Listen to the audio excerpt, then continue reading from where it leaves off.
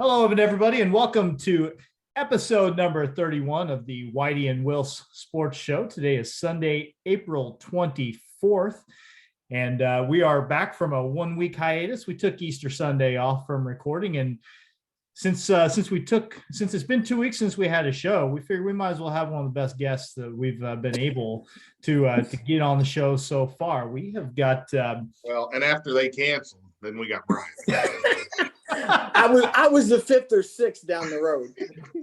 This is Brian Shouse. This is Effingham native Brian Shouse, and if you're a sports fan in Effingham or the surrounding area, you know who Brian is. He is a Major League Baseball veteran. Been a while since you retired, but you spent a pretty good chunk of time in the majors, pitching in the National League Central for a lot of that time. So people are well aware, Brian, of who you are. But first of all, before we give a little rundown of your pitching career, thank you so much for taking the time to join us. We just we're out kicking our coverage on the show tonight. You bet. Thank you for having me. So Brian is again an Effingham native, class of 1986, correct? From Effingham High School? Yes. And went to Bradley University and played there. Bradley University Hall of Famer. And from there, 1990, 13th round draft pick by the Pittsburgh Pirates. Made your debut pretty young, honestly. You made your debut in 1993. So what were you, 24 years old, something like that when you first got the call? Correct. And Correct. Made a few appearances for the Pirates. Then it was a little while longer, a few appearances for Boston in 98, but it wasn't until 2002 really with the Royals that you had your first extended stay in the bigs, but then you were there, your mid to late 30s. That was your heyday, which is a little interesting, and we'll talk about that, but that's when you really made your bones in Major League Baseball and ended up having a really good career as a relief pitcher. So, Mike, you. I just want to know what took you so long to become crafty. You always say a crafty left-hander. Well, after I dropped down sidearm, which we'll get to that later, I told everybody, I'm like, if I would have done this 10 years ago, if this would have got me to the big leagues and made me stay, that would have been great to do it at 24 instead of at 33. And so, you 350 and so a little more than 350 innings of Major League experience. So again, for a relief pitcher, especially in the era of the left-handed one-out guy, that's a lot. You made a ton of appearances, and you mentioned dropping down sidearm. I guess that's one question I wanted to ask. Why don't we just get into it? Was that a thing was there an injury that brought that on, or was that just something that you did because you're thinking, I need to do something, to set myself apart to try and make the jump? How did that come about? Yes, it was basically a couple of coaches said, do you ever want to get back to the big leagues? And I'm like, yes, that's why I'm still playing. And he says, and it's exactly what you said, Dustin. I had to separate myself from everybody else. And they said, how about dropping down sidearm? And I was like, I was a little stubborn because I'm like, I'm still throwing, 88 to 91, 92, good slider, still getting guys out, putting up numbers in AAA. But I blended in with everybody else. And I was also, 32, 33 years old. And so I worked on it a little bit in AAA with the Astros at the time, which was in New Orleans. And Jim Hickey was the pitching coach at the time. And so we worked on it a little bit, like I think maybe just once or twice on the side. And I took it into the game, and I did it strictly to left-handed hitters first to see what it was like. And I don't think I did it every pitch until a couple, 3 outings into it. But so my first time I went out there and I dropped down and I threw one, and I had one ugly looking swing from a hitter, and I was like, oh, this might work. And next thing you know, it just kind of spiraled into some good things. And eventually I started doing it to righties as well, but that wasn't until winter ball that I went to Dominican and worked on throwing sidearm to lefties and righties. And so, you pitched a lot of years with Milwaukee and finished out the career in the Tampa Bay organization, and then went on to coaching and spent a lot of years coaching in the Rangers organization. I'm curious though, you were with the Rangers until 2019, I think. What have you been up to now? I think that's the question that I had. First of all, being lazy, I guess. Well, I have a 14-year-old daughter that does school cheer and school volleyball. She's in 8th grade, and school volleyball and then competition cheer. So she keeps us busy. So that takes up a lot of my time. I'm doing some lessons here and there, volunteering, doing a lot of volunteering at the Christian Center, helping out with their travel program, and then even at the local high school here. So I'm staying busy that way. And then my oldest one is getting married September the 3rd. And so getting her house ready to sell, and they've bought a new one, and he's getting ready to sell his house. And if somebody's house sells too quickly, then one of them's going to be living with us, it sounds like, for a while until they get married and stuff too. So that's keeping me busy, getting me frustrated a little bit too, I think, but keeps me busy. So I try to get to see my folks as much as I can in Effingham. So I've been able to do that a lot more than when I did as a player, obviously. In fact, I'm going to be coming and visiting them in probably about a week to help them kind of around the house and stuff like that. So you think that being retired, you have all this free time, and I did at the beginning, and now I feel like I am more busy than I was as a player. But I will say, when I can get a chance to go golfing, that's what I spend most of my time doing. Yeah. Are you in the Peoria area now? Is that correct? That is correct. Yes. Yeah. So I don't know, Mike. Why don't you ask something? A couple of things. One, I don't think many people realize your coach at Peoria, Dewey Calmer, had ties to Effingham before you ended up with him at Bradley. Yeah. Yes. And actually, Dewey, this is a funny story. And so when Dewey offered me the scholarship to go to Bradley, this was his quote. He goes, "I'm going to give you a full ride to come here to Bradley to pitch. You'll pitch as a freshman, all that stuff." He goes, "I've never seen you throw, but I'm trusting 2 scouts that I know. And so I'm giving you the deal." And I'm like, wow, that's putting a lot of trust in people. Yeah. And people don't realize Dewey was the head basketball coach at St. Anthony High School. He was there 1 year, and then John Keller took over, and then he had the group that went to state in the late 60s. But my dad, and I have barely remembered Dewey because I used to be able to go to practices and stuff with Dad all the time. But my dad was a huge fan of Dewey Calmer. He thought he was one of the greatest guys when he coached, and they stayed in contact for a while, and they may have bumped into each other one time. When you were at Bradley, he may have been down here for something, and Dad may have bumped into him. But just, like I said, interesting. A sight unseen that he offered you a full ride, and that's impressive. Yeah. Just think if he had video of you throwing Corey leg out at Nickham Field back there. I remember, because I'm 5? I think I'm 5 years older than Brian, and I still remember I was probably playing pony league by then, and people said, "Man, you got to see this little Shouse kid over there." And he can bring it. He can bring it. So, for a Corey leaguer, that's pretty easy.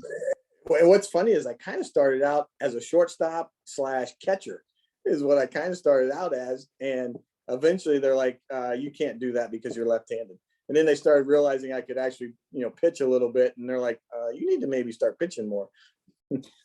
Yeah, you can throw. And then, like I said, you play for Heimer 4 years at Effingham, and I think it was my junior year was Heimer's first year.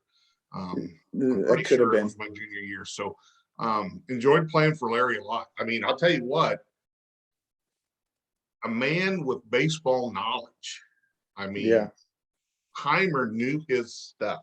He really did. He was kind of goofy, and that was fine. We enjoyed playing for him. We had a blast. We got a championship of a sectional. We got beat by an eventual state champ. You guys made a pretty good run. Yeah. as well, and got pretty deep. But Hyman was pretty, I thought, underrated as a baseball coach at the time, because there was a lot of talent came through his first 6 or 7, 8 years. But Larry was really good, and he was great. He really helped me a lot, and trusted me. I mean, he trusted me at a young age, obviously, to go play varsity and stuff. He wouldn't never let me hit, though. I mean, I kept telling him I could hit, but he never let me hit. Did he ever let you hit? That's the question. Did you ever? I don't think he ever did. Yeah. No, it was like, no, you need to pitch for us. You need to pitch. You need to stay healthy. You need to pitch. That's funny, because whenever I was kind of trying to look some stuff up before we talked, I was looking through your baseball reference page to see if you ever took an at-bat in the majors. No. And unfortunately, nothing there. Did have 47 plate appearances in various minor league stops, and I saw you did hit a double one time. Do you remember that? I even stole a base one time. Oh, is there video proof for a hit? I bunted for a hit also. Wow. Were you a left-handed swinger too, or did you bat right? Yeah. Okay. Yeah, no, I was lefty swinger. Yeah. Did you back? Oh, no, go ahead, Mike. Go for it. I'm gonna steal this one from you. This is I said I'd make Shouse look good. So you guys were playing well, it was Babe Ruth league still. I guess it wasn't AAU or anything like that. It was Babe Ruth, and Jim Jarrett was in charge of the league, and we had a men's travel team at the time, guys that were out of school. Me and Craig Cabas, Dave McDevitt played, Joey Onosorge, Grant, we had a lot of pretty good players. And we were on Jarrett all the time. We want to play you guys, and he set it up. So we got to play you guys out of Paul Smith, and we even convinced him we were going to have a home run derby beforehand, and I think like 6 guys from each team got 10 cuts, and like one person hit one. It was like the most overblown thing in the world. But I got to face you, and because I batted fourth for us, and I was pretty pumped. That was one of the things. Shouse has got to throw at least a couple innings. And I remember I got in there, and of course, our dugout's razzing the hell out of you, and that always get me in trouble when I'd go up there. And he threw some like off-speed breaking pitch, and it missed. And I stepped out of the box. I said, Shouse, I didn't come for that soft shit. And it was good morning, good afternoon, and good night. About belt high, letter high, chin high. And then I went and sat down, and the only fastball, and we faced some pretty hard throwers in that league that I couldn't catch up to. And I was like, son of a gun. And I kind of put my tail between my legs and went to the dugout. And was that? But that was probably, next to striking out Barry Bonds, probably one of the most famous moments in your life.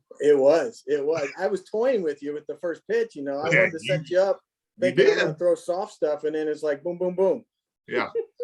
All I remember is I get to the dugout, and Craig Cabas said, "Well, maybe you should have sat on the soft stuff." I said, "Yeah, maybe."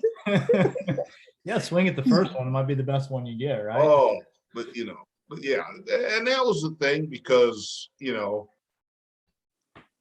we knew you were going to be pretty good. I mean, we saw what you did in high school and those things, and you mentioned you threw in because of rain, got a pitch in parts of all 3 games of the city series, which is still a big deal. Our senior year, 81 was the first one, because it'd always just been one game.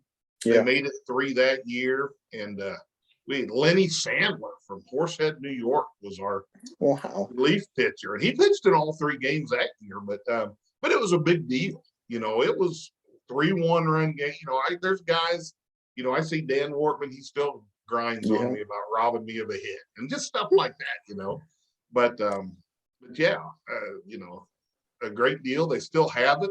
And, like I said, you mentioned it when we were talking a little pre-show. Do you remember any high school stuff at all? Yeah. I mean, I remember having like a 20 strikeout game or something like that. And the one ball that was put in play was like a fly ball to right field, and they missed it or something like that, and it ended up being like a triple or something like that. And, but yeah, I mean, I remember some of those games, and I remember an umpire. There was a game that was going on, and I was throwing some pitches like right down the middle, and they were calling them balls, and everybody started complaining, and fans were saying stuff or whatever. And finally, he just said, "Game's called." And I can't remember who that was umpiring that or whatever, but it was. I mean, yeah, I remember a lot of the games and going and travel. Even going to Florida and some of those places and playing for the summer leagues and stuff like that. But I didn't throw a whole lot of breaking balls. I think I threw a little bit of a knuckleball at times during high school and stuff. But I pretty much relied on that fastball, and for some reason I was able to sneak it by a lot of guys and had a little bit of explosiveness at the end. What were you probably throwing in high school, Brian? Mid to upper 80s, 87, 88? Yeah, I think it was somewhere between like that 85 to 88, 89, somewhere in there, because my freshman year in college, I was throwing 90. So I had to have been real close to that. But I just remember I had pretty good mechanics, and I remember I could reach out in front, and I had a nice little whippy, arm and hand speed and stuff. And the ball did kind of jump. It kind of exploded on you. The last 2 feet, the ball jumps on you. And that's what kind of got so many people. You were kind of effortless. It was like, oh, this guy, you'd see you warming up, and then you're like, oh, that ball got there. So, yeah. And, and you guys, you mentioned Chris Hutz. I'm pretty sure Carl Lancaster would have been in that group. Yeah. Kurt Endenbrock, I believe, was Kurt Endenbrock probably played shortstop for you guys. Dan Mutton. Yeah. Yep. And then I had John Schaefer. It was either John Schaefer, or Jeff Schaefer, I think, maybe. One of the Schaefer boys I played with also, I feel like. Jeff would have been about 85, probably. He'd have been in there, 84, 85, 86. Him and John are both in that window. So him and who else was there? Trying to think. Obviously, Chris Hutz. There's somebody else that I go see Teddy Gardewine may have played with you guys. No, was he or not? I can't remember. But I played with you. You mentioned Craig Cabas, right? His Chris, his brother. Yeah. I played with him, but not in high school. I played against him in high school, but in the summer we played together. Right. Yeah. There was, Brian, a little catcher, a little redheaded. Brian Gear. I believe I played with him. But again, see, I can't remember if that was in high school or some of the summer games. Yeah. But yeah, I mean, there was quite a few because, as a sophomore, when I was playing, I had those older guys, the seniors that would have been the Schaefers and stuff like that, I think. Right. Yeah. That were there playing. So it was, it was fun. I'm trying to think who was at shortstop at that time. I'm betting it was Kurt Endenbrock, to be honest. Chris Craig, maybe? Did Chris Craig play baseball? I don't remember. I don't remember if he did or not. He'll let me know if he did. I mean, he'll watch him. Burn me a text. I forget, somebody from T-Town the other day told me they hit a home run off you in high school, and I don't remember who it was. Really?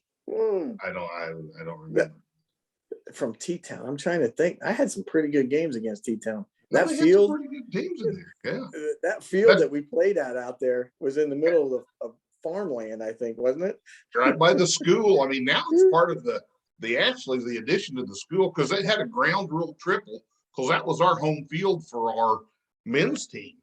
And you had no backstop. You had about 10 feet, so you couldn't score on a pass ball, and you couldn't hear because a train go by every 15 minutes. Yes. Yeah, it was brutal. You got to figure that as the years go by and that all gets longer and longer ago, the more and more people, they start conjuring up these stories in their head a little bit more. Yeah, I batted against them. I took him yard. It was 30 years ago. He probably doesn't remember. I struck out. It was 40 years ago. I wasn't gonna. There was no embellishment. I mean, I'm sure I gave up some home runs, but man, I don't remember giving up too many that were locally around there. Like, I feel like the home runs I gave up were maybe, in travel games or something like that. But I mean, who knows? And I couldn't even tell you.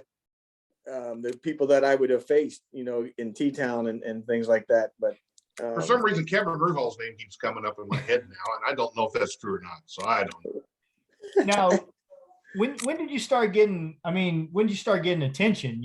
At what point in high school did college coaches start talking to you? Was there any? I don't know how, like, were pro scouts on you at all at that time? What? How did it all work?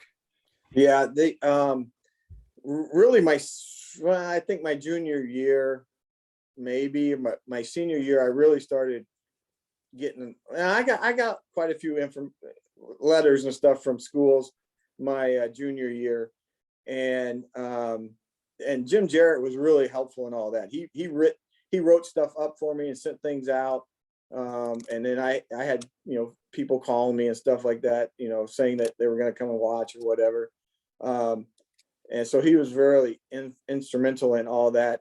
But as far as like pro, like the scouts and stuff like that, I went down and did like a little showcase type thing in St. Louis. I remember doing that, but I was so small. I mean, I was like 5'10", 150 pounds is all. And so I wasn't really on the radar for a lot of like, professionally at that time, because even though I was throwing the velocity I was throwing, I still wasn't, throwing in the low 90s, like what, technically you kind of need to be doing or whatever, especially nowadays it's 95 or above, it seems like. But then, my junior year at Bradley's when I started getting some info, a lot of stuff going with the professionally and, for that and getting drafted and stuff like that. So, but it was, Jim Jarrett was the one that really kind of got things going for me good as far as getting into a college. In fact, I was all set to go to Eastern. I was going to commit to that. And that's when Dewey actually called me a couple of days before I was going to sign and go to Eastern and said, and that's when he, told me, he goes, I'm going to give you a full ride. I'm not going to see you, but we'll come down in a couple of days or whatever, and we'll sign the paperwork. And that kind of, went and visited there, and I was like, I want to go here. Yeah. And full scholarships. I mean, it's baseball programs, like people think about that, like in terms of how football and basketball work, but baseball programs don't get a ton of full rides to hand out. And so that's a pretty big deal. Yeah. They dole those out and split them up quite a bit. So that's an accomplishment. I mean, you're only getting, like, back then it was only like a handful or so of guys or of scholarships that you could get. And nowadays, I mean, if you can get a 70 or 80% scholarship, that's considered like really, really good nowadays, and for baseball wise anyways. Yeah, sure. A lot of it now too is they do, like, academically, they try to get money and stuff as well. So then that's how they can kind of get around some of that stuff, it seems like. So you talked about the velocity that you needed to get pro scouts' attentions back then, and your career kind of started in one place, I think, from what was considered average, professional velocity, and ended your career where I think it had really ramped. I mean, things changed a lot in 20 years, didn't they? Yes. In fact, if you were left-handed and you threw like 88, that was good, with some movement, had, all that type of, so it was like, I came up in the era where it was really good, because by the time I got drafted, I was like in the low 90s at the time. Well, my junior year, I was in the low 90s, and then I got hurt my junior year, and then my senior year when I came back, I hadn't regained that velocity yet. And in fact, I didn't gain that velocity until my first year in pro ball, and all of a sudden I was 93, 94 then. But as my time went on, and by the time I was retired from playing, it was left-hander, you're throwing 92, 93 now. Righties were throwing 95 plus. And it was like, wow, I don't fit in anymore, and me being a lefty specialist, like, that's non-existent now, with some of the rules that they changed with having to face 3 hitters now and all this type of stuff. That's the Brian Shouse rule they passed. Yeah. There.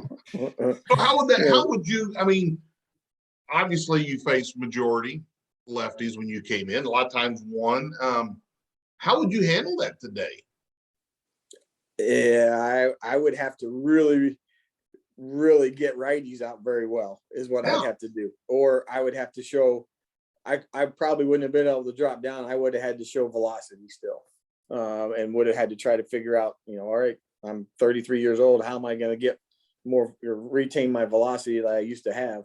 But yeah, it's just a whole different game now. And it's based more, it's so much based on numbers of, spitting out numbers from a computer and, well, this guy's throwing this or that or whatever. But, people still forget the ones that really have the success and stick around are the ones that know how to pitch and know how to get guys out.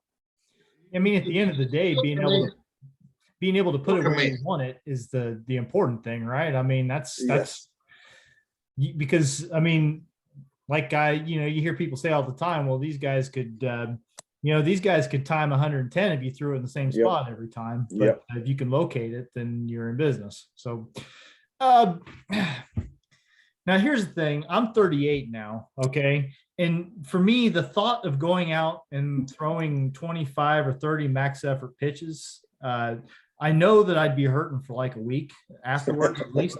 So how are you? You're competing at the highest level. You're in your mid to late 30s. You're facing major league talent. What goes into staying physically able to do it? For me, it was lifting weights, taking care of your arm. I didn't go out and party and have a good time. I after the games, I'd go back to my room and go to bed and go to sleep, play maybe some video games with a few buddies or whatever. But it was, and that was it. I took care of my body, didn't drink and didn't do stuff like that. And so that to me is what, prolonged my career with everything. And again, I was fortunate enough to, not really have a whole lot of injuries. Maybe that was because I didn't throw, 95 plus, all the time too. I don't know. But, I just kind of trusted what my body felt like and went from there. But I also in high school, I remember throwing a lot in high school. And I think that prepared me a little bit, of being able to bounce back. Same with in college, kind of always had that rubber arm. But today, though, my arm hurts all the time. It feels like. When you're bouncing around a lot, in the minor leagues and even playing in Japan a little bit, I saw. How do you keep yourself in a good mental space? Like, what the goal is, but you've been knocking around for a while, but what your ultimate goal is, and you stuck it out.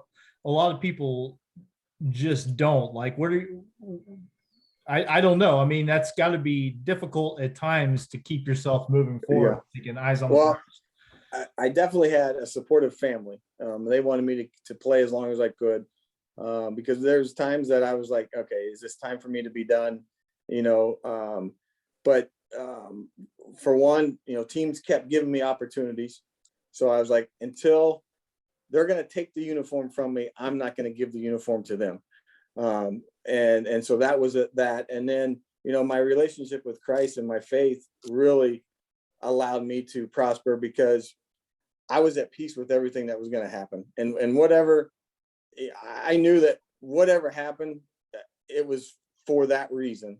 And that's why I say that, when I got to the big leagues, I wasn't ready because I couldn't handle everything. And that's why, for me, it was kind of like the Lord took me, 7 more years after that to get there and said, hey, now you're ready, and now go prosper and have some success and have some fun. So that gave me that peace, for me in my heart and peace of mind to be able to come to the ballpark every day and just say, you know what, today's a new day.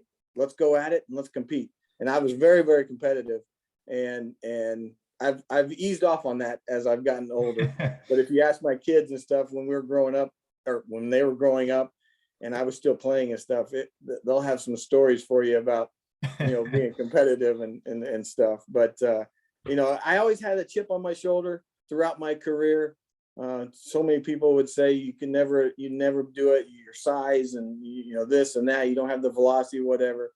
And I just use that to work harder and harder and mentally get stronger and tougher and outwork everybody else, basically. Well, it feels to me like a professional athlete almost needs to have that, right? Even if from the outside looking in, you're like, how could this person ever say that they didn't believe in me? I think that you look at a lot of athletes and that's what they do. That's how they drive themselves from day to day. I 100%. And if you lose that, then you might as well walk away. Now, when you're in that stretch with Milwaukee, one more, Mike, and I promise I'll shut up. But one more, when you're in that stretch with Milwaukee, where just season to season, you're a part of the plan, right? Year to year. Yeah. Yeah. I mean, you gotta be thinking like, pinch me. What is going on here? I finally got here, and it's just, I can just plan on this. Do you talk about feeling at ease with things, but we know how it is especially with bullpens, right? Like there's always there's always a new flavor. Do you worry about that much, or it's just got to be focused on your job and doing it the best you can? I did early on. And that's what I think, like when I first made it in 1993, I was always looking over my shoulder, like who's next, who's coming up. And then finally, after actually I went to Japan, I kind of, learned a little bit more about myself and about my mental game and approach and stuff. And that's when I kind of came back and was like, you know what? I know that I can do this, this, and this. I know that I got good stuff. I know I can pitch in the big leagues. I'm going to keep doing this until I get the opportunity. And then when I get the opportunity, I'm going to take advantage of it. And that's kind of what happened. And I didn't look then behind me. In fact, when I made it with Texas, Buck Showalter was the manager and Oral Hershiser was there and Mark Connor. And they basically said, don't look behind anymore. Don't look over your shoulder. Don't look at who's in the minor leagues. You're here. Prove us right. And that's kind of when everything took off and it was, I mean, I had success and it's easy, I mean, to do things when you're having success, but it was that mental, the mental part of the game. I just loved. I loved that competing. I loved that cat and mouse game on the mound and stuff. And just was like, I'm better than that person hitting, and I'm going to find a way to get you out. And that was my whole career. My whole life is just that grinder. Nothing. I never took anything for granted. I was never given anything. I was never a prospect. And that goes back to, my dad, how he raised me is, hey, don't take things for granted, be appreciative of everything that you get and learn how to work hard. And that's what I did. And to this day, I still do that. It's like, your work ethic is, there all the time. And I just kind of was like, I'm going to go until somebody takes the uniform away from me. And hopefully I survived long enough and I did. And the good thing was I kind of did it all when I was older. So I kind of already, had a family and we stayed within our means for everything. So we were able to, save a little bit of money and stuff. And I was able to retire a little bit earlier than normal. Cool. So Brian, we were talking beforehand, you mentioned your rookie year and you gave up kind of a home run to a guy you said there was no way he could hit the pitch where he hit it. All right. Because I saw that on TV. Yes. That was Barry Bonds. It was a 1-0 count. And I threw a slider that was down and away. At least I thought it was down and away. And he took it straight back up the middle of dead center field for a home run. And I just was like, wow, these guys are a little bit stronger than everybody else. And but he also had a really, really tight strike zone. So like if he didn't swing, they hardly ever called a strike, it seemed like. But when I did strike him out, it was a called third strike, and he wasn't happy about that. But yeah, you learn to realize that, wow, you gotta hit your spots really well. You gotta change speeds, and you can't just go up there thinking you're gonna blow it by somebody. You talked about after your long gap before you came back in, and then you got there and you became solidified. Maturity had to play a huge part of that. You've put in the time and effort. I've now got an opportunity. I have a hold of this. I'm not letting it go. Just like you said, they're going to take the uniform off of me. Yeah. Oral Hershiser is your pitching coach. You talk about mentality of a competitor on the mound. That had to be a great person to pick his brain while you're working for him. Oh yeah, for sure. And you saw it with just how he went about his business as a coach and everything too. And it was always that being competitive, wanting to challenge somebody to ping pong or to cards or whatever it was. It was that I'm going to win. I'm going to beat you. I'm going to find a way to beat you. And that was my whole life, still is to some extent. And I don't think it ever goes away. And that's, you know, when he said the things that he said, and he's like, you got to believe in yourself. You got to believe that you're good. You got to believe that you can do this, this, and this. And it's kind of like, you know, what were your strengths, or what was my strengths? What were my weaknesses? Pitching to my strengths, you know, trusting this stuff and this, and seeing that the ball's sinking, you know, reading the hitters' bats and stuff, their swings and stuff like that. And that's what you learn, you know, in a quick time frame, because if you don't, you're going to get sent back down. And that was, you know, he helped me do stuff like that. So did Mark Connor, about, you know, hey, this guy likes the tendencies of certain hitters, and what you see from guys and how they stand, and are they adjusting in the box, you know, their stance, or, you know, just so many different things. And that's what you see and you learn. And next thing you know, it's like, okay, I got this, you know, this is what I see. This is what's happening. And then there's days that you don't feel it, and you're like, all right, how am I going to figure out a way? Am I going to use my breaking ball more than I normally do? Am I going to try to throw more BP fastballs instead of a regular fastball? But that's that competitiveness, you know, and you find that way to go out there and succeed. Well, and in your position, your specialty, facing some of baseball's best left-handed hitters in the day, in that generation, I got to think you're at a slight disadvantage, because they know, all right, slider, slider, slider. Here's what we're going to see. And again, you're mixing and matching, you're, you know, changing speeds, changing location, playing cat and mouse. But do you ever just sit back and say, yeah, you know, that was Bonds? You get home at the hotel, get back to the hotel and say, hey, I punched out King Griffey Jr. You know, do you give yourself that moment after a game? Sometimes I'll look back, but it's so easy to, if you go home and watch Sports Center after a game and say you did poorly or say you did good, whatever, yeah, it's so easy to fall into that of, you're thinking you're bigger than what you really are. Mm-hmm. Or it can go the other way and be like, wow, I just gave, you know, that's embarrassing. I just gave up that home run to him, yeah, you know, whatever. But that's why I said that moment. I didn't say, you know, you weren't on Instagram, you know, with all the emojis true. About, you know, KKKKK and that picture of Griffey or something, you know, like today's athletes, some do, you know, that's crazy. Yeah. Yeah. No, I enjoy it a little bit. Like you know, like I faced King Griffey Jr. a lot, and I had some pretty good success against him. And it is at the moment when you're walking off that field, you're kind of like, I just did that to him, you know. But then it's like, you know, you forget, you're like, all right, tomorrow's a new day or whatever. But that's funny that you mentioned King Griffey Jr., because one of the times that I faced him, and if we have time, I'll tell a little story. I guess we're good. You're good. So.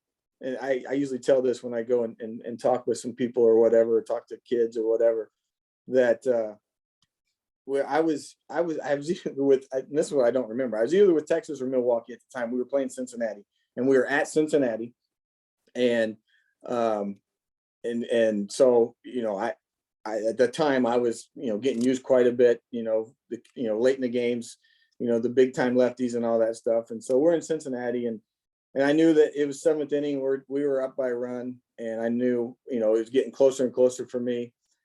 And so the phone rings and comes down and says, Shouse, get going or whatever. And so I'm starting to warm up, and you hear the crowd kind of getting excited a little bit, you know. I'm like, wow, there might be some fans here that like me, you know, like, you know, we're in Cincinnati, but there might be some fans that like me or whatever. So warming up, you know, the game's going on, and it's like, all right, the righty got the guy out. So now next guy was coming up, phone rang, Shouse, you're in the game. So I was like, all right, there's 2 outs, man at third. I didn't really know who I was facing yet, because I try not to think about that until I get in there. And so I'm running. So the door opens, you know, and I'm coming, you know, doing my little jog to the mound and everything. I'm like, I hear people kind of cheering and flash bulbs going off and everything. I'm like, dude, I got fans here. All right. So I'm running in there going, yeah, I'm getting noticed. Take my warm-ups, and everything. And then as I always do afterwards, I turn around and kind of rub the ball up, kind of look out in center field, look where everybody's at. And I see out there, in Cincinnati, you got the big scoreboard out there, and I see 499 and then Ken Griffey Jr. And I was like, oh, he's going for his 500. No wonder everybody's going crazy. He's going for his 500 home run. And I'm like, at that moment, I'm like, I'm not going to be the guy that gives it up. I'm not going to be the guy that gives it up. And that moment, my knees started to shake a little bit. And I was like, oh, this isn't good. And so then I face him, but 3 pitches later, he strikes out, and that was it. And the reporter afterwards. Hold up 4 fingers and point to first or anything? No, it's like, I'm going after you. But afterwards, the reporter came up to me and goes, hey, I just talked to Ken Griffey Jr. And, this is what he said about you. Or actually, he said, what did you think about facing Ken Griffey Jr.? And I said, I just didn't want to be the guy all over SportsCenter giving up his 500th home run. And I said, things, fortunately things worked out. He goes, well, this is what he said about you. He goes, I saw him and I don't want to ever see him again. He proceeded to see me about 19 or 20 more times throughout his career. So, but that was, those are the moments that you remember and you relish. And it's like, man, that's something that, you tell that story all the time, and for something like that. Awesome. Now, Chelsea, I always have to have that out of the box question that, a guy sitting in a bar would ask you, because, it's weird. So I want to know so you retired at 41. So I want to know what a 38-year-old left-handed reliever does when he gets winded running from the bullpen bench clearing brawl. So you have that, and you can't just, lean against the door of the bullpen and watch. You got to run in there. Yeah. And I know you're winded. So what happens now? You just find somebody and act like you're trying to break up something, and you just kind of grab them from behind and lay on them. You just lean on them and say, you're not going anywhere or whatever. And that's how you catch your breath, because then it looks like you're protecting, you're holding somebody back. And really all you're doing is he's holding you up, and you're catching your breath then. I figured maybe you found the other 38-year-old reliever on the other team and you guys just didn't talk. Well, there are times, like when the bullpens are close, the 2 oldest ones will look at each other and goes, you and I, we're going at it when we come out, and we'll just walk in there and kind of next to one another and act like we're doing something, Smack talking, it was around when you were playing. I mean, yeah. You ever do a little chirping? Is that loogie, or do you just let your arm do the talk? I always tried to not show the emotions outwardly, but inside, oh yeah, I was like, this guy's got no chance. This guy's brutal. This guy, look at that swing, So inside, I was laughing at swings and, kind of like, this guy's got no chance against this, against me or whatever. But I always never tried to show it outwardly. I didn't want to show anybody up. And every once in a while, if I did like a fist action after a game, after a big out or something like that, that was about the most you were going to get from me. I wasn't going to come out there screaming and, posing and flexing and everything else. It was kind of like, somebody once told me, in fact, it might've been Oral Hershiser, once told me, act like you've been there and act like you've done it. And so that was kind of my motto the whole time. You go into coaching, coached with the Rangers, and had 2 local kids when you were pitching coach. Yeah. Mm-hmm. Nick Gardewine and Derek Thompson. Yes. You had to be like den mother to those 2. Yeah, it was, when I found out about both of them, I was like, oh my goodness, and then when Nick was coming when they both were coming to me in Arizona, I was just like, wow, this is unbelievable. But then I was like, wow, I'm getting really old.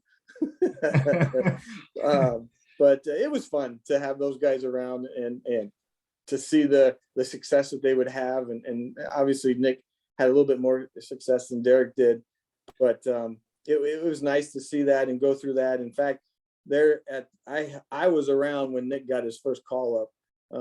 And so that was kind of neat and special to be able to say that to him and do that. At least I think I was there for his first call up.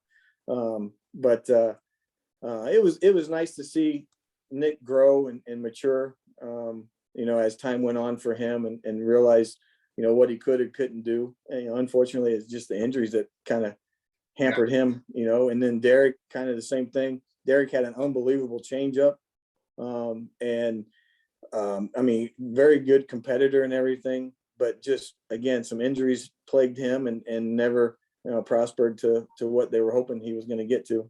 But that's unfortunately, that's baseball. And a lot of it goes back to how much do you get used in high school? How much did you, put on your arm, in high school and grade school, junior high, all that type of stuff.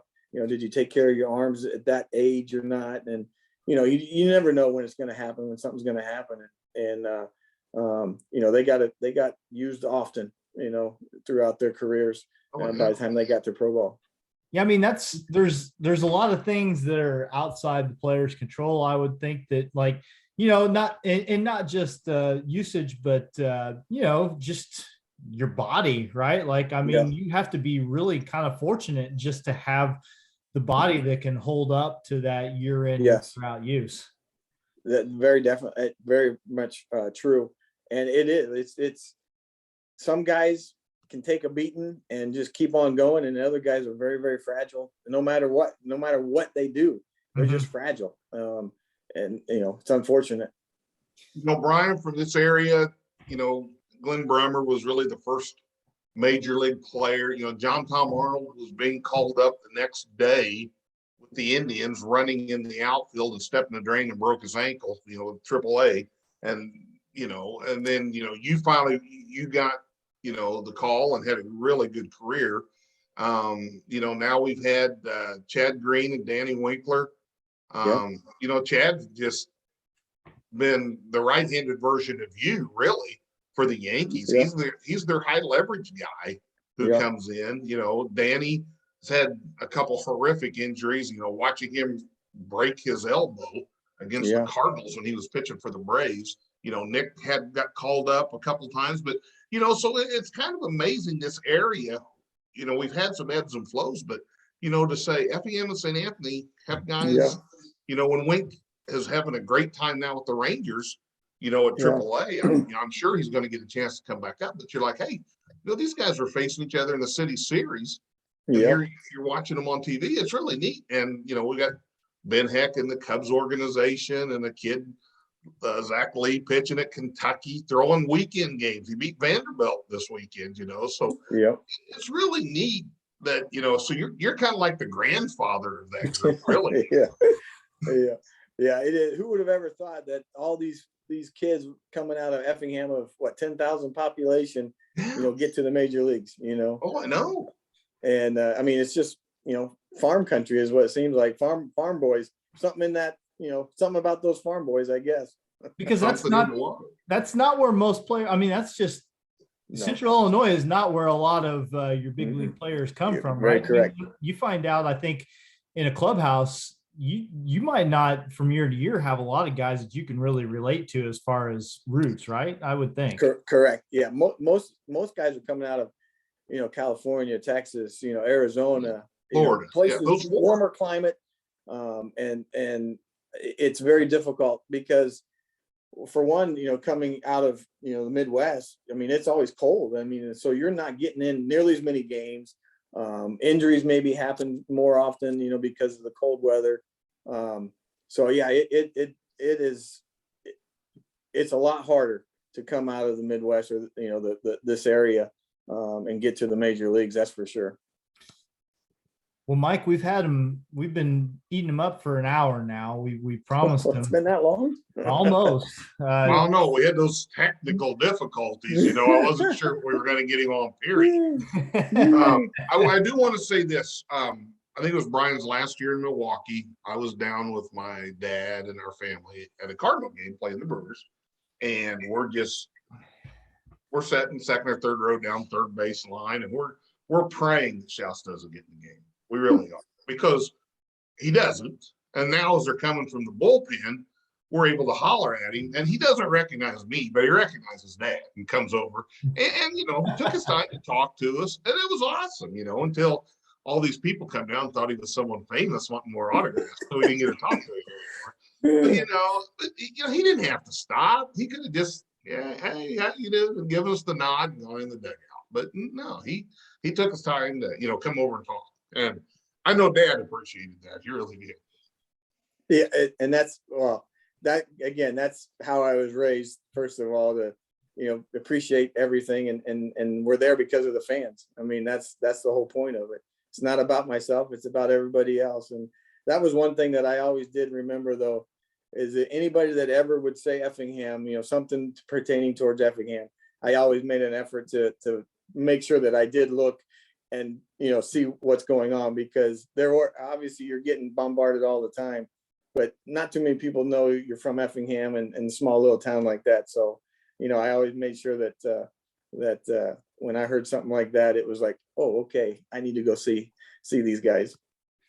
I want to ask you one more thing, and then I'll quit bugging you for tonight. We may have to try and get you on here again some other time, because quite honestly, sure, I love baseball. Well, I could ask you questions for like 6 hours, but I want to hear Nigel Morgan stories. Nigel Morgan, the lefty. I just want to know all that time, spent in the minors before you finally get your break. Was there ever anybody that you come across young players all the time? Some of them are going to be something, some of them aren't. But was there anybody you saw for the first time and you just knew that person was going to be a star, and then they went on? Like, when I asked that, is there anybody that jumps out to you, that you knew even when they were a young player coming up, that you were just like, yeah, this person's going on to big things?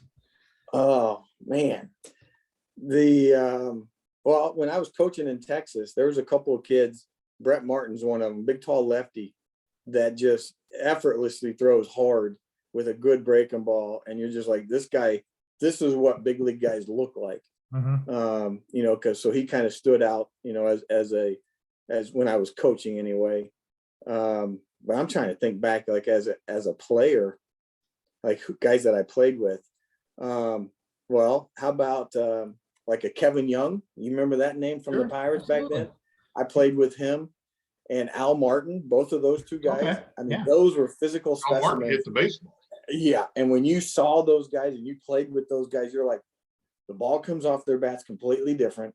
And Kevin Young fielded balls like it was so smooth and clean, and you're just like, these guys are going someplace, But yeah, you don't see that many of them. But that year when for those guys, those are what you kind of look at and be like, those are professional athletes right there. Their size, their everything. So those guys, and that's funny because I came up with in my draft of 1990, there was a lot of guys that got to the big leagues in that draft year of 1990, if I remember right. And Kevin was one of them. Al Martin was a year or two before that, I think. But even like Keith Osick, made it to the big leagues that I played with, yeah, I mean, it was. There were some amazing players. I can't sit there and remember everybody's names or anything like that. But that in that era, there was some guys that had some decent careers.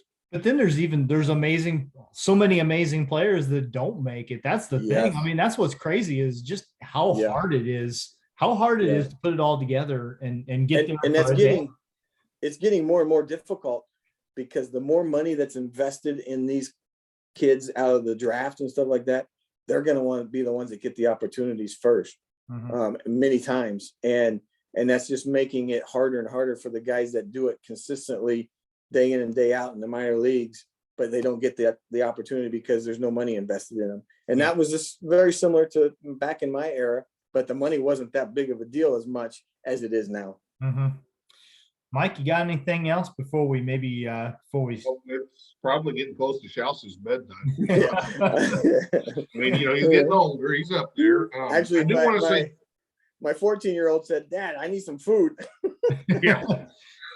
I do want to, we will hook up again later, late in the summer, maybe baseball, All right. or, we'll get back together. And then, like I said, we can spend time just talking about, your big league career and stuff. We've tried to shotgun and touch on so many things. And I Yeah. appreciate you being, Gary Green's the one I had to get your number from. So you can blame Double G. Gary Green.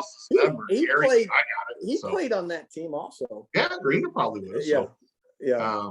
So yeah, that was good. And I sent you a text. I thought, oh, he's Shouse doesn't have it. Then, by the end of the day, yeah, I'd love to do it. So Yeah, sometimes I will warn you this. Sometimes I'll look at text right away and I don't respond. And then I forget all about them for several days until I start to scroll back through and I'm like, oh my goodness, I didn't respond to these guys yet. So if that happens, just bear with me a couple of days and I'll get back to I'll reach back. Well, and like I said, I told Dustin when Uwe said he would do something, then I reached out to him and said, hey, let's do it this week. And it was like a day and a half. And I go, God dang it, he's forgot. He's not going to do it. And he's like, oh no, we'll do it. So awesome. And we will have you back on, Chelsea. That's looking that's forward a guarantee. You'll be a repeat offender. And good luck with your daughter getting married. Is that correct? Yes. My Good oldest luck one, with that. And your 14-year-old. My youngest is a sophomore at Indiana, so I know about still dealing with that young of a person. So tons of fun. So thank you. Thanks for having me, guys. I appreciate it. Yep. Awesome job, Brian. Thanks, Brian. Thank you. See ya. All right. We'll give Brian Shouse a chance to duck out of the call. We thank him for joining us. And Mike, we'll touch on the local scene. We've already been on for over an hour, so we won't get too carried away, I don't think. Well, but you know what? That's one of those things. We could have talked another hour with Brian if we had another hour. I know at least. No, I mean, but that's the thing when you've got somebody that's, with the stories. That King Griffey Jr. story I hadn't heard before. That's awesome. I knew the Barry Bonds when he was a rookie because I happened to be watching that game when he came in. I'm like, oh my God, here's this guy from Effingham pitching. Oh my God, Barry Bonds just hit a 420-foot bomb to center field. Yeah, I mean, and Barry Bonds was like, even then a stud. He wasn't quite a godlike. I'll tell you something about Barry Bonds. That's when he was with the Giants, obviously, so he was bigger. If you've ever watched video of Jenny Finch, the softball pitcher facing major league players, I watched her face. I think Pujols and maybe A-Rod and these guys, and she's just blowing them away. They get Bonds in there with her. He stands there and watches two pitches. He goes, okay. He opens his stance, holds the bat with one hand, and she can't throw a pitch by him. He's just playing pepper, bang, bang. His hand-eye coordination was incredible. And, Pujols is taking a full cut, obviously, but Bonds is just that's the thing. Like a slap hitter. It's like, there's obviously some things around Bonds that people like to talk about, but at the end of the day, he's still a freak. He's still a freak. And I just to watch that video of what he does, and Jenny Finch is getting pissed. She's grunting. She's letting it rip, and he's just going bang, bang, bang. He's hitting everything. She's throwing rise balls. He's just slapping balls, little flares into the outfield and ground balls. Some people just see it differently, Yeah, and he's like, yeah. So I mean, that's the weekend local stuff. You and I have had this discussion. It's hard to get all of our information. Yeah. It's not as easy as boys and girls basketball to get information. I know there's just more going on for one thing. A lot going on. A highlight from the week, though, I do want to bring up. Maybe Thursday, T-Town was supposed to go to Centralia. Centralia got rain, couldn't play. Centralia came up here. And Caden Altoff got to take at bats. Yeah, his first game, he got to go to the plate. He got 2 hits, but his first at bat, hit ball over Route 40. And I guarantee you, I saw a video, and Coach Fleener, gives him the little dead fish slap as he goes by third. I guarantee you, Fleener is jumping up and down, so happy for that kid. Well, how could you not? because of what Caden has done to be able to play. And it was awesome. I saw that and I thought that is so cool. And he's now on the mound. He's starting to he's picked up at least one win. He's starting to, get some things there. You gotta remember, this kid's laying on the floor December 14th or 15th, torn just about every L in his knee he had. Mm-hmm. So, Yeah. Very impressive. Very glad to see. That's awesome. And I still have to deliver his attaboy from, because he was sick the time I tried to deliver it. He was homesick. So. Well, we're a couple of things I'll touch on. Effingham, they got beat by Lincoln a couple of times yesterday. And I just, going into the season, I see Effingham a couple of times early, and I'm thinking this is a pretty good ball club. And I still think they are a good ball club. I just think that we're starting to find out that, the Apollo Conference is it's a handful this year. Well, Effingham swept Mattoon, I think last week, and that would have been like the pre-Easter weekend stuff.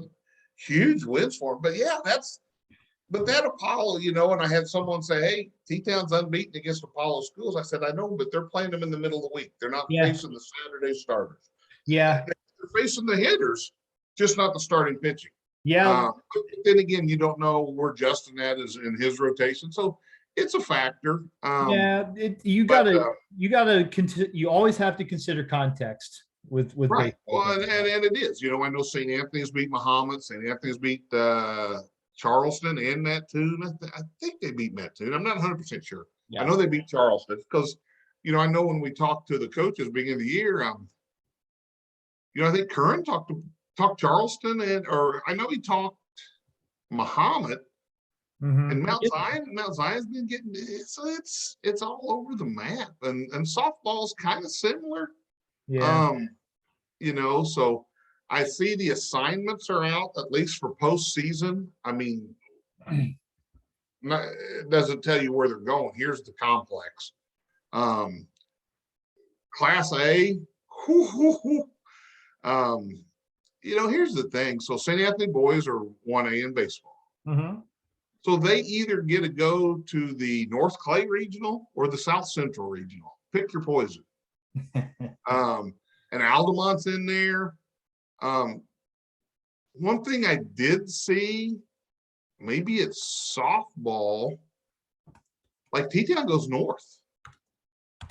So their 2A would feed into a Milliken Super, but the problem there is I think the two hosts for their complex are possibly Tolono and St. Joe, so it's postseason. If you're going to be that team from this area that gets out, you're going to pack a lunch. Yeah, it's tough, and there's some loaded areas you're going to have to fight your way through. Well, you talk about going down South Central. I assume that North Clay, is going to be, a part of that, right? North Clay's the other. Those are the two hosts. North Clay and South Central, I think, are the two hosts in that complex. So you've got North Clay, which is stacked up from here to the moon, and you've got and with pitching, I'm here to tell you, they are loaded. Mm-hmm. Yeah, they're good. And again, South Central won a title last year, which one of the reasons I wish we'd had this show a year ago was just so that I could have talked up Kurt Jones a little bit more, because Kurt's he's won 800 and some ball games now as a coach, and he's just the nicest guy you ever meet in your life. Yeah. And an awesome coach, Yeah. My father-in-law coached at St. Anthony when they won their state championship. And when you ask him to talk about coaches in the area, it's always Kurt Jones, first person he talks about as far as, who he respects and thinks the world of. And Kurt just does it right. And it was really nice to see him get that last year. So yeah, it was quality individual. Like you said, does it right. And that's the thing. We have we have so many programs in the area, not teams, programs. Yeah. Who are year in, year out. They're going to be down this year. They're still going to be a tough out, no matter where you play them. If it's in a regional, if it's in a sectional, I saw T-Town's hosting a sectional. But I think they still go. I think the boys go south and the girls go north. Yeah, we'll have to look into a little bit We'll more. look into it. We don't have time to delve into that tonight. No, we've already gone on quite a bit. You know, Okay. the St. Anthony softball team is they're they've won 13, 14 games at this point. They're looking solid as we kind of figured they were. They do, as we've mentioned here before, they're going to have to play 2A this year. And so, once regionals and sectionals roll around, it's going to be a challenge, for them a little bit. But they're going to be competitive. I mean, because they're playing those teams already. So yeah, they are. And quite honestly, they've got the experience. They've got a lineup. They've got a couple of different good pitchers. So who knows? But I'm interested for that. I want to see that Cross Creek Classic when they play T-Town, because that's always a good ball game. T-Town's won. The T-Town softball team is won some games in dramatic fashion. I've noticed some games where they win and they'll come from behind, or have some last at bat stuff going on. So that's always fun. They're starting pitch. Their number one pitchers hasn't thrown a pitch all season and won't.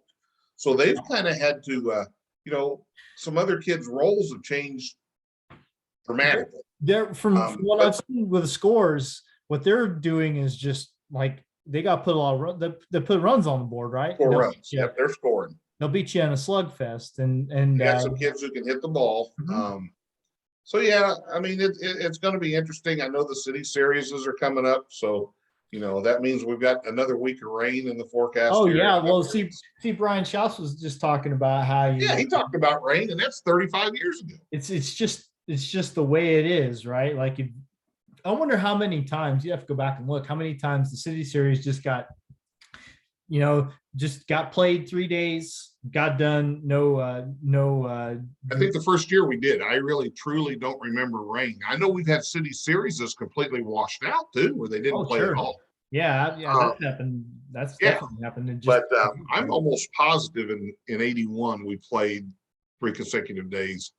Good weather, and again, every game's at Paul Smith. Place was packed because it was a new thing. Yeah, I guess maybe I'm talking about it like it's some sort of a strange phenomenon, and the fact of the matter is it's called spring in the Midwest. It rains. Yeah, tell me when spring starts, because we've been teased. But we went from it was flat out cold. I turned the furnace on a couple of days last week because I was getting like Monday. I know I work at home on Mondays, and I turned on the furnace because I was getting a little chilly. And then you fast forward to today, and I went to my daughter's pitching lesson, and I was sweating bullets by the time it was over with, because it's just I don't know how much actual springtime weather we'll get. Pretty soon I'll probably complain about how hot it is. I know the mushroom hunting has been abysmal. It's been, Larry Wilson and I have combined to find 8, and it's no good. When you find just a few, do you still cook them up and eat them? Well, I gave them to him, give them to the senior citizen, feel sorry for him, and then he calls last night and says, "Hey, your mom and I decided we're not going to eat them, so we put them in our fridge." And to be honest, I think they've sat in the water, so I'm probably going to throw them out in the morning. That's maybe I know, and that's horrible for you, because you're like, "Oh, I'll take them," but I'd hate to give them to you. Why didn't you get sick? And I'd have to do this show by myself. So we're not going to do that. I guess I got one more, maybe 2 more little circles in me, because my brother-in-law and I have been shut out, but then he found 5 today. Of course, he had to send me a picture, and so I don't know. It's feel bad. I picked ticks off of me like I was out Saturday morning with some friends, and 6 ticks and a snake, but no mushrooms. That was the thing when my dad and I used to go. We'd always find a bunch of other interesting crap, Yeah. But we never had much luck with the mushrooms. Found plenty of turtles in my day, but hey, rain is on the way, Whitey. I'm just telling you, it's about Vandalia. Well, I guess that's as good an excuse as any to try and wrap things up, just in case the power knocks. You got an Attaboy this week? Well, here's the thing. I mentioned a couple of different options to you when we were talking off the show. I don't really want to pick between them. And we Okay, didn't have a show then last week. And so let's I think, yeah, we didn't have a show. That's fine. Let's just take a week off. well, Or you want to pick two of them? well, that's what I'm saying. That's what I'm Okay. saying. I mean, if I need to, if I need to toss, if I make a decision like this on the fly without telling you first, then I need to finance it. Okay. Well, no, yeah. we'll see our illustrious sponsors this week, because I think if we give two, we're probably down to one or maybe out, because I know we have two others to give out still. We haven't handed out yet. Okay. Okay. All right. So yeah, that's fine. Let's go with two. Okay. Well, here's the thing. There were a couple of different walk-off hits this week. And here's my thing is that I mean, you play your whole life competitively. You could even, get to the majors like a Brian Shouse, pretend he's a hitter instead of a position player instead of a pitcher, of course, but you could play your entire career and never get to walk off a game. I can't imagine very many feelings that are better than that. We had two kids in the area this week that had a chance to do that for the Totopolis baseball team. And listen, Caleb Seamers had a big week, by the way. He gets a walk-off hit in the 10th inning against Mount Zion, by the way. I think it was Mount Zion, right? Yeah, they they, by the way, Mount Zion had scored in the top of that 10th inning, and so T-Town was down a run, and Caleb drives in a couple on the play to win it. And he's had a good week because the Effingham Daily News also made him their boys basketball player of the year. Yeah. So Plus he hit a grand slam later in the week, I think against Centralia, and then went down to Nashville, hit a 2-run homer down there. So he's been on cloud 9 already. He's on cloud 9 already, but he is going to be on cloud 10 because he is going to be one of the people, let's double it up. He is going to be one of the people to get one of these this week. No, when he sees me give him that may be cloud 11. When he sees just seeing you, when he sees me coming with that gift card, because I think he thinks I'm a celebrity. Well, I don't know how to give him, maybe give him my number and I'll talk. He will say, "What do you want?" That's what he'll say, because I give him grief. So no, good kid. I'm glad we're giving him that. Well deserved. But then also we mentioned the St. Anthony softball team already. Well, earlier this week they had a big game with Windsor Stewarts and Strasburg. Okay, and that's a big conference game too.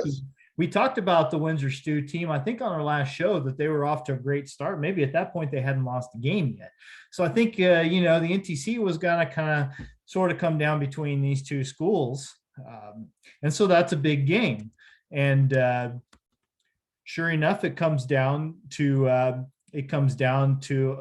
Abby Hatton hitting. It sounds like she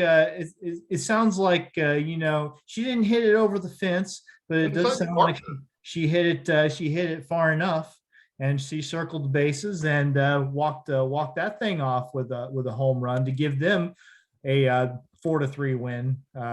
Also the same score of that T-Town baseball game. So I figured, listen, we give it to Caleb, but since Abby had herself a walk-off hit as well, and again, these things don't happen.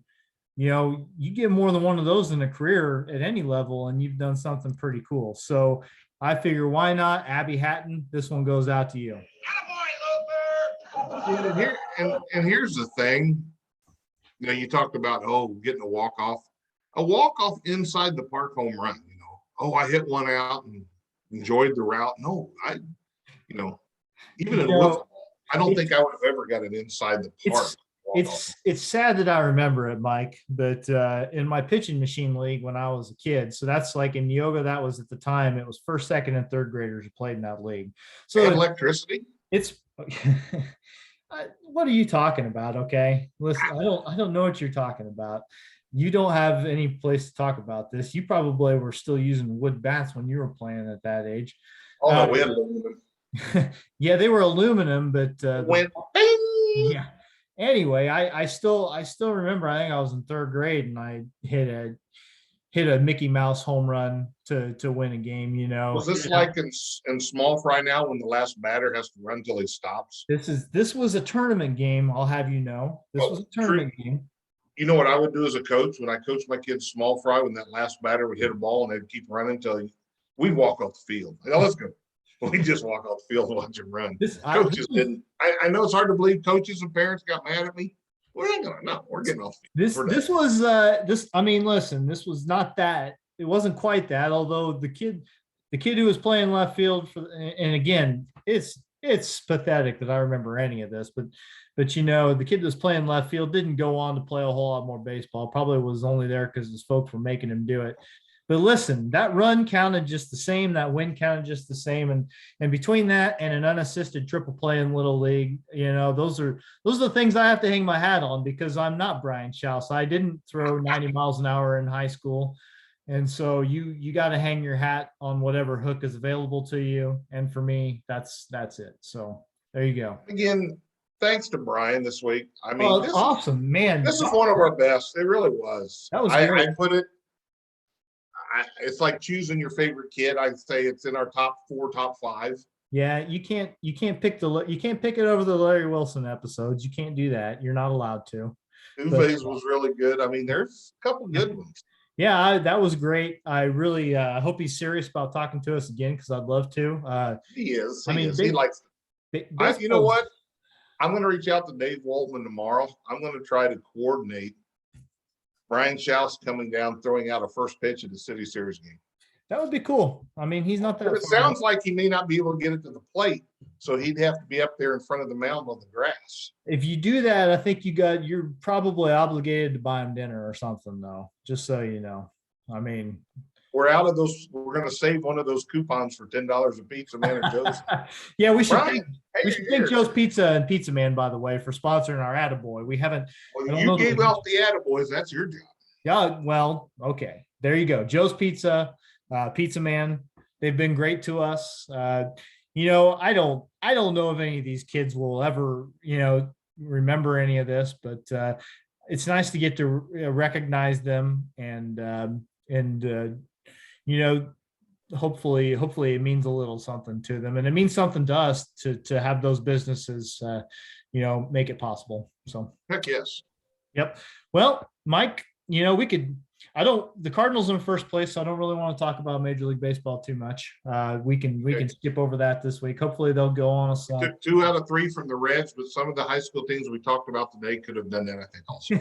Well, it's funny. I'll mention this. The Cubs just lost 3 out of 4 to the Pirates and outscored them because they beat them 21-0 yesterday. So they outscored them by some ridiculous number, but lost 3 out of 4. That's just a fun anomaly. But once I saw a Cub fan on Twitter ask if it was September yet. The Cubs have looked better than I thought they might. So their lineup is and the pitching's been a little better than I would have expected. So who knows? It's April. It's still April, so I'm not going to get too bad out of shape, and that's also because the Braves are looking pretty ordinary right now. So we have the Mets coming to town, so we'll have to see how that goes. And the Mets, I think, are for real. I think that Jacob deGrom, it's weird. He's getting an MRI again today. Well, it's weird because, Brian mentioned Buck Showalter on the show. Mm-hmm. And Buck Showalter apparently to the press in New York said something about deGrom getting an MRI on Friday and they didn't have it read yet or something like that. And then today he was like, no, he's not getting an MRI until Monday. So, the Mets can change a lot of things, but they're still weird about how they talk about and deal with injury. Right. So, but they're good. They're good. So if Cardinals and Mets, you say, that's should be a pretty good series. So Cardinals and Mets. Yep. All right. Let's call tonight. Again, thanks to Brian Shouse for joining us. A real pleasure for me. I love it. I love talking about baseball. I love hearing it from a guy who's been there. And we've got other guys from the area who have played. I'd love to get a chance to pick their brains too. But that was great. Walking. But all right, Mike, have a good rest of the night. Have a good week, and we'll talk next week. All right, see you, buddy. Later.